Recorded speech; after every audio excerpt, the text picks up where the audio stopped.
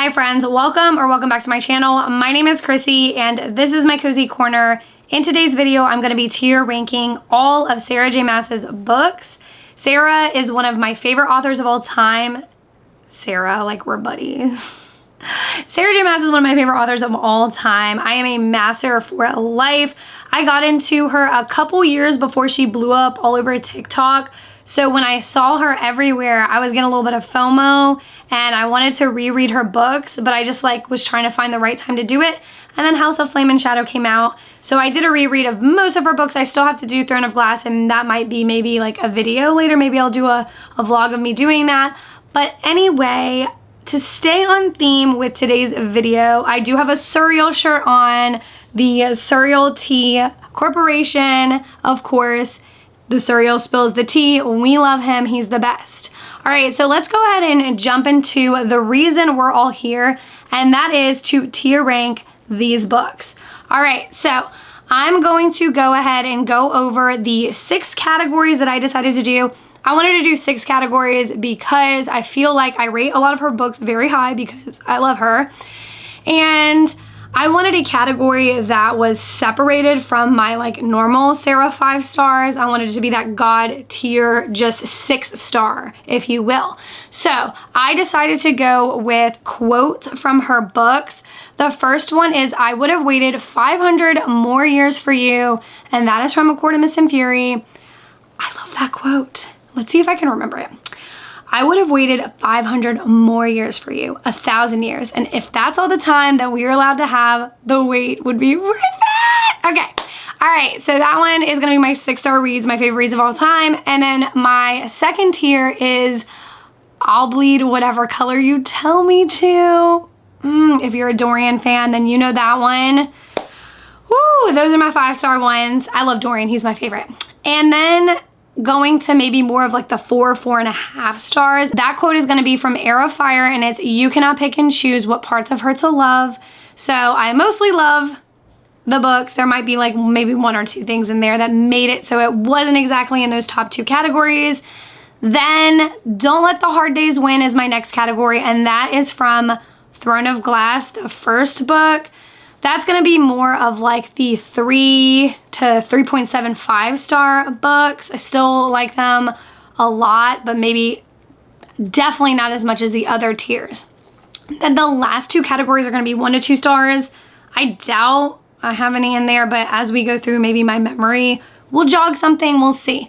Okay, so it's "We Each Survive in Our Own Way," which is also from Throne of Glass. So the last tier is "We Are All Broken in Our Own Way in Places No One Might See," and that is from A Court of Wings and Ruin. I'm going to start with her first series and move up. So Throne of Glass, A Court of Thorns and Roses, and then Crescent City. So let's go ahead and get started. So the first one is going to be Throne of Glass. Now, I like Throne of Glass. I like the first book, but I think because I read ACOTAR before I read Throne of Glass, I wasn't super impressed. It was still just not as good as some of the rest of them. Okay, so the next book is going to be Crown of Midnight. This one I did like a little bit more. I thought that it really ramped up there at the end. I think I'm going to put it in the same category, Don't Let the Hard Days Win, but I liked it better than Throne of Glass. So I'm going to put it ahead of that. So as I'm ranking these, I'm also going to put them in order from my favorites too for each category. All right, The Assassin's Blade. I think if I would have read this first, it may have hit harder as far as the emotional thing, because I already knew what was coming, and everybody who read it in publication order knew what was coming. But let me tell you, I was still devastated, and there is still a quote in there that when I think about that quote, it makes me cry. I'm going to put it in still, Don't Let the Hard Days Win. Now, I'm going to do a reread, and I'm not really sure where this lands as far as, do I like it better than Crown of Midnight and Throne of Glass? I'm going to say I was more emotional, and because I already knew the characters in the book, one of them that was talked about in the series, and then of course our main character, and seeing what she went through, I appreciated it quite a lot. So I am going to, I think, put it above Throne of Glass, but still in that same category. Don't Let the Hard Days Win. And these three are all solid, like 3.75s, like just shy of that 4-star. So they're not like a 3-star where they're like enjoyable, but more on the okay end. They were more than okay to me, so they were still good. All right, Heir of Fire. Now this one, when I do my reread, I'm gonna appreciate it way more. So in this book, when I read it for the first time, you have our normal main character and her chapters, and then it's all written in third person though. Then you go to a new character that we don't really know anything about. And then also we have another person who is introduced that you're still trying to get used to. So I think I kind of struggled with that. I definitely struggled with, we'll just say it's Manon. You guys know Manon, the Manon chapters, but she ends up becoming my favorite character of all time. One of my favorite characters of all time. So when I reread Heir of Fire, I know I'm going to appreciate and love her chapters. It's just because I'm like, who the heck is this person? And why do we have her story? But I should have known Sarah J. Maas does everything on purpose. She's so intentional with her writing, so I should have known that when I was reading it. But we're going to put this one in that 4-star category. So that's going to be you cannot pick and choose what parts of her to love. So the next book is going to be Queen of Shadows. This is literally one of my favorite books of all time. For me, the best Throne of Glass book by a hair. A lot of people are going to say it's Kingdom of Ash. Kingdom of Ash is definitely the best written. But as far as story goes, Queen of Shadows, I think, takes the cake for all the books in the Sarah J. Maas universe. I think the story, the plot, the action, the character growth, Dorian and then he says the quote, I'm pretty sure it's in this book, I'll be whatever color you tell me to, which is one of my favorite quotes of all time. I'm a Dorian girl if you haven't already been able to tell. So that's gonna go in. I would have waited 500 more years for you. I would have waited 500 more years for that book. I love it so much. All right, Tower of Dawn. Now, I did a tandem read of Tower of Dawn and Empire Storms. I don't think I would do that again. I think I'm gonna have to read them separately. I felt like it was too much back and forth, and they did align pretty well. I'm just not gonna do it like that again. But Tower of Dawn, I think, gets some unnecessary hate. A lot of people don't like Kale, and I already told you I love Dorian. I'm a Dorian girl, but I don't hate Kale. I think that Kale is the most relatable character in the whole series. I think that because he's so human, he's so flawed, as we all are, but he gets so picked apart for the mistakes that he makes. But like, he grows from them, and he goes through like hell and back. He goes through hell and back and makes so much growth as a character. And that's why I don't love him, but that's why I don't hate him. That's why I appreciate his story so much. So I really liked Tower of Dawn, and Irene, we love her. I'm gonna put it in you cannot pick and choose the parts of her to love. I actually liked it better than Heir of Fire at the time, but that might change because like I said, I'm gonna appreciate Manon's chapters when I go back. Manon is a queen, love her. But Tower of Dawn, the hate is unwarranted in my opinion. The story, the plot is good. So the next book is going to be Empire Storms. I really love this book. Like I said, I did a tandem read with Tower of Dawn, and I enjoyed it a little bit more. I'm gonna say I did enjoy it a little bit more, but I did love them both. I'm gonna put this one in I'll bleed whatever color you tell me to, because there is definitely scenes in this book that live rent-free in my head. Okay, so now we are on Kingdom of Ash. I love Kingdom of Ash. Like I said, Queen of Shadows is still my favorite Throne of Glass book by a hair. So I'm putting this in. I would have waited 500 more years for you. I think that this was the best written book. Even though Queen of Shadows was my favorite and written beautifully as well, Kingdom of Ash is definitely the best written. I think it has a satisfying finale. There's a lot of series that let you down with their finale. I don't know why. And I'm not an author, so I can't really relate. But a lot of finales, that last book, they end up disappointing you. Oh, Once Upon a Broken Heart. Excuse me, my throat.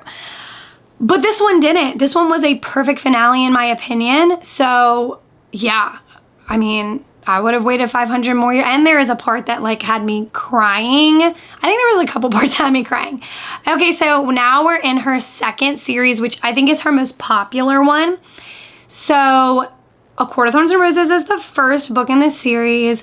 While it's not the best, and it's not even in the top 5 to me best Sarah J Maas books ever written, but I think what this book achieves is the foreshadowing and the setting up for the series. I think were done really well, and I think I appreciated it while I was rereading it. But because now, if you have not read A Court of Thorns and Roses, you might want to skip this, but I highly doubt that's the case if you're here.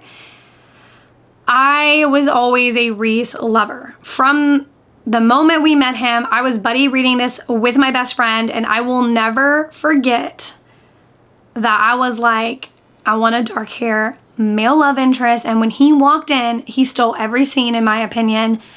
And I was like to my best friend, like I said, we were buddy reading it, I want her to go with a dark haired guy. And she was like, no, she has to be with him. Tamlin, that's her main, soulmate right there. I'm thinking like, I guess, but I never liked him that much. I never was hooked on him, but I was hooked on Rhys. I love a morally gray main male character. Anyway, so not the best one, but still fun. I'm gonna say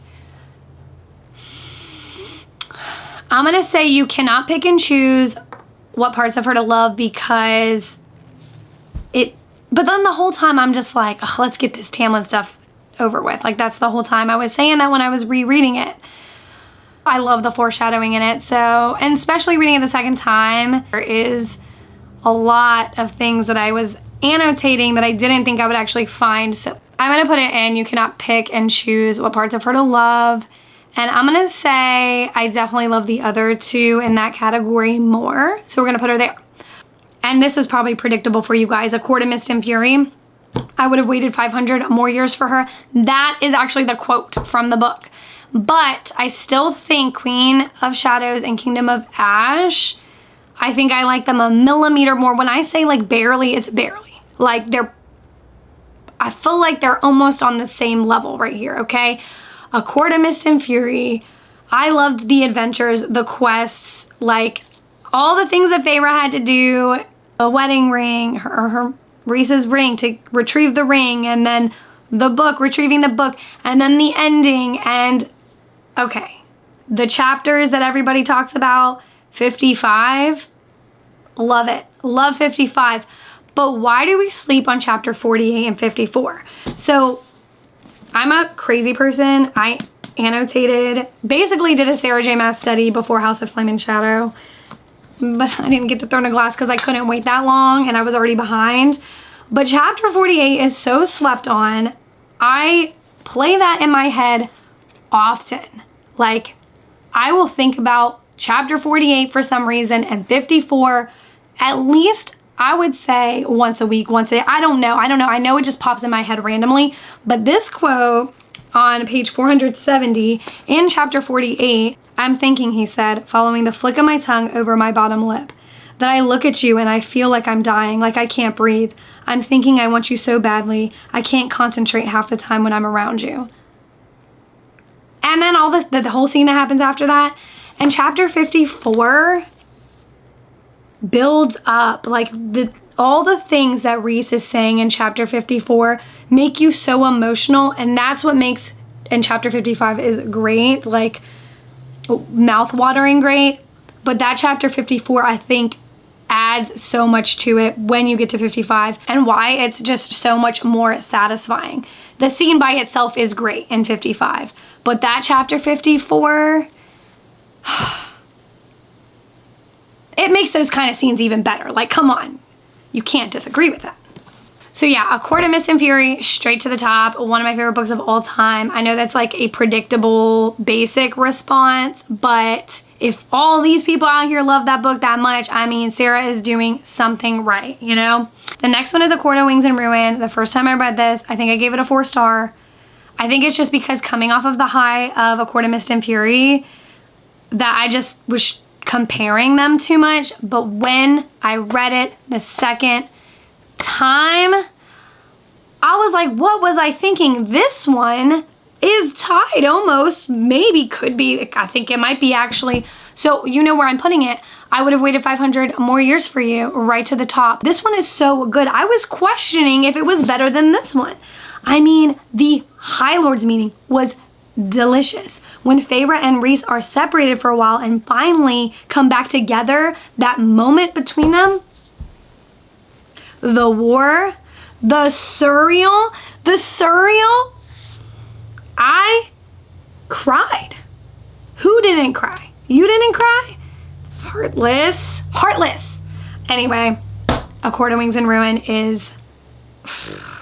Those top 4 right there, when I say they're like a hair apart each, I would do a lot to reread those ones for the first time, and even probably the whole universe. Okay, so the next one is the Christmas special. A Court of Frost and Starlight. That one I felt like was just like a nice like breather maybe, you know, because nobody is getting hurt and there's no war or anything, and you know, Rhys and Feyre are just kind of like happy. So it's a nice little like break from all the chaos, but it's, you know, it is whatever. It is necessary, so don't think you can skip it, because if you are one of the ones that has been doing the annotating, you know that there's actually stuff in there that does connect to the overarching, like the whole universe and stuff. So I'm gonna put this one in Don't Let the Hard Days Win, but it's gonna be the very last one in that category. That one's probably like a 3. It's fine. It had some good information in it that you know you want to take with you for the other books, but I think it was only like 200 pages or something. So A Court of Silver Flames, this one is a little controversial as far as opinions go. Some people absolutely didn't forgive Nesta. Some people hated it because it was Nesta. Some people hated it because Rhys and how he was acting. And some people loved it and ended up loving Nesta and then hating Rhys. So there's a lot of opinions about this one. And mine is pretty simple. I liked it. I'll bleed whatever color you tell me to. I thought it was great, especially the second time. The first time I was mad at Rhys. The first time I was like still irritated with Nesta. The second reread, I loved her. And going into these books, how she's acting because of everything she went through and how she's treating Feyre, I wasn't even that annoyed with her the second time around rereading the books before. And Rhys, if you pay attention and if you have annotated and you have read and really understood his character, he's morally gray. He's always been morally gray. He has always withheld information from people to better like his motives. So nothing he did surprised me. And I didn't understand that until I reread these books. Yes, was I annoyed with him for withholding the information from Feyre? Absolutely. Was I surprised? No. Yes, he says you have a choice in all the books, but does she? Sometimes I feel like he pushes her in the direction he wants her to go in. So we're reading these books with rose-colored goggles, but if you really pay attention, even in this one, he's always been like that. Do I still love him? Absolutely. He's one of my favorite book boyfriends still to this day. I love people who make mistakes and are not all good. All good characters are boring. You know, obviously I don't want to read about a serial killer love interest. Well, Butcher and Blackbird is a little bit different. Anyways, that's off topic. But I just like characters to change and grow and already have things that they need to work on. And I like to see them making mistakes. So yes, I love him forever and always. But A Court of Silver Flames will be going in I'll bleed whatever color you tell me to. And I think I did like it better than Empire Storms. So we're going to put it there. Oh, that was kind of gross. There was like drippy coffee. Like it was gross that I did that in front of you guys. I do it all the time. Whatever. Okay, Crescent City. Now we're in Crescent City. This is my least favorite series, but I still love it. So House of Earth and Blood. That action scene at the end and Bryce just being a bad, just go girl. That scene lives rent-free in my head. I picture it like a movie action scene. I feel like even though this is not my favorite book ever, or even in the Sarah J Maas universe, that scene is probably one of my favorite scenes of all time. It might be the best like ending of a book. And then when she like vacuums up, you know, I'm sure most of you have read it, but just in case, the vacuum part, the vacuum part, I love it. I love it. I love this book. I'll be whatever color you tell me to. Very, very high up there. It was almost maybe in the top category, but I still don't think I feel as strongly about it as I do those other 4. All right, House of Sky and Breath. I did give this one a 5-star, but I'm wondering, and I read it twice. I've read this book twice. I'm wondering if it's because of the ending that I gave it a 5-star. But I'm like, no, I liked the whole book. I liked how, you know, the gang kind of got together and we got to see more from other characters and, you know, the romantic development between Bryce and Hunt. Hunt is not my favorite, like, love interest. He's fine. Like, I'm okay with him. I mean, I am a Rune. I'm a Rune. I love Rune. I'm a Rune. I'm a Rune girl. So I still really like this book. I think I'm gonna put it in. The ending is like 10 stars, okay? The ending would be in the 6-star, but I feel like the book as a whole doesn't go to that category. I'm trying to think. I think it's good right there. I think it's good right there. I mean, it could maybe switch places with Empire Storm. I'm not sure. They're all solid. I think I'm gonna leave it there for now, even though we only have 1 book left. House of Flame and Shadow. This one is a controversial, opinionated one. Some people loved it and absolutely thought it was like one of the best books. Some people hated it. Some people were fine with it but were disappointed. And then me, I liked it. And I was like sort of only disappointed in parts, but I thought it was still a good book. I am going to move House of Sky and Breath because I'm pretty sure I did like it more than Empire Storms. Okay, so House of Flame and Shadow is also going to go. No, it's not going to go in. I'll bleed whatever color you tell me to. I'm going to put it in. You cannot pick and choose what parts of her to love, which is the solid 4-star. But I think it's going to go right here. Whoops. It's going to go right here. Now, I thought a lot of the connections came to a head and they were done well. I was hoping to see maybe more. I will say because I did all the annotating and stuff, there were some things I wasn't surprised about, but there was some things I was. I wanted more, I think, of the crossover. Hopefully y'all have read the book because I'm talking about it right now. But now if you haven't read it, skip this. Okay. I wanted more of the crossover. But then again, it's not an ACOTAR book. It is a Crescent City book. And it was a Crescent City book through and through. I felt like I didn't like Bryce as much in this book. She was okay. But Lydia, I thought Lydia carried. Lydia carried, I think, the book on her back. Nesta was great. Asriel was great. I wish we had some more of the ACOTAR characters. I was a little disappointed we didn't see Feyre because she's the High Lady. Maybe she was taking care of Nyx. I don't know. But she's our High Lady. Where was she? There was things that I wish I would have seen because it was so amped up after you got that line in House of Sky and Breath. The fact that it was connected. We were expecting, I think, a bigger crossover. She does spend a lot of time in Perinthian, and we do get answers and some cool connections. And there was some things that I didn't guess that did come to pass. Like there was things I didn't even think of. I did have my jaw drop several times, but 4 stars because I wanted a little bit more is all. So yeah. All right, you guys, there's my tier ranking of the Sarah J Maas universe. Comment down below and let me know what is your favorite Sarah J Maas book. And if you agree or disagree with any of these rankings, I love to hear differences and opinions. Even if you loved a book I didn't, or I loved a book you didn't, it's cool to see why people love something. So I really hope that you enjoyed this video. It was a lot of fun to make because I love her so much, as you can see.